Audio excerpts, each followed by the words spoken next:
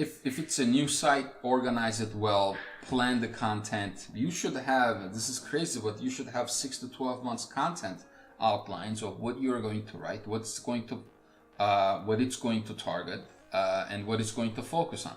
Now, if you have an existing site, this becomes a little bit challenging, and the technical SEO really begins on an existing site. First of all, again, do you have a weird system on Cold Fusion or some weird Drupal setup, or is it actually on a platform that is up to date in 2019? I would say up to date platforms are mostly BigCommerce, Shopify, some WooCommerce, and if it's a content site or if it's a service site, WordPress. These are some of the top platforms that I would be looking at.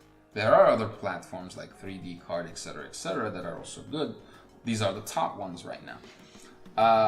Then you have to look at your URL structures. For example, let's give an example. A friend of mine reached out to me recently, last week, about technical SEO. His site has about maybe 15,000 indexed pages, and he's on Shopify Plus. And every time he adds an app or a plugin to Shopify, it creates these weird URL extensions that are being indexed and that are diluting his authority. So you only want real essential pages to be indexed. And if you have all these search results URLs, let's say, if you're searching for a specific product in medium and size 12, medium and color yellow, if it's in the extension, those aren't being indexed for no reason. So existing site cleanup, we would say, is the other part that we have to do. So what are some of the technical SEO aspects of an existing site you would pay attention to, Carl?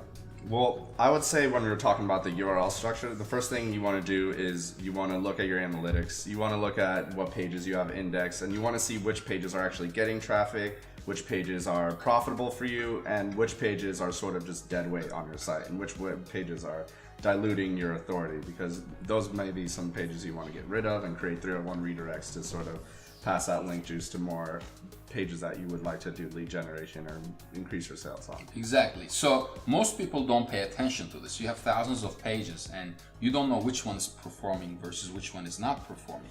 If I wrote an article on how does SEO work, which is an important term for us, by the way, because we do SEO services, search engine optimization services. And if I'm on page 8 of Google and I haven't gotten any traffic for it for the past 6 months, why do I even have that page? What I need to do is I can do 3 things. Number 1, I can rejigger the content, put better content, try to push it to page 1. Number 2, I can push some backlinks to it and try to push it to page 1. Number 3, if it already has backlinks and I'm not ranking for it, I need to delete the page and then redirect the page to something that's more likely to rank.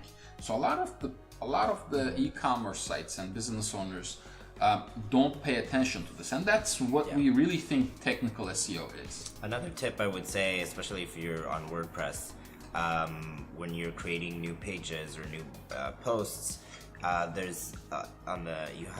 the ability to add tags, you have the ability to add multiple categories. All of that creates new pages.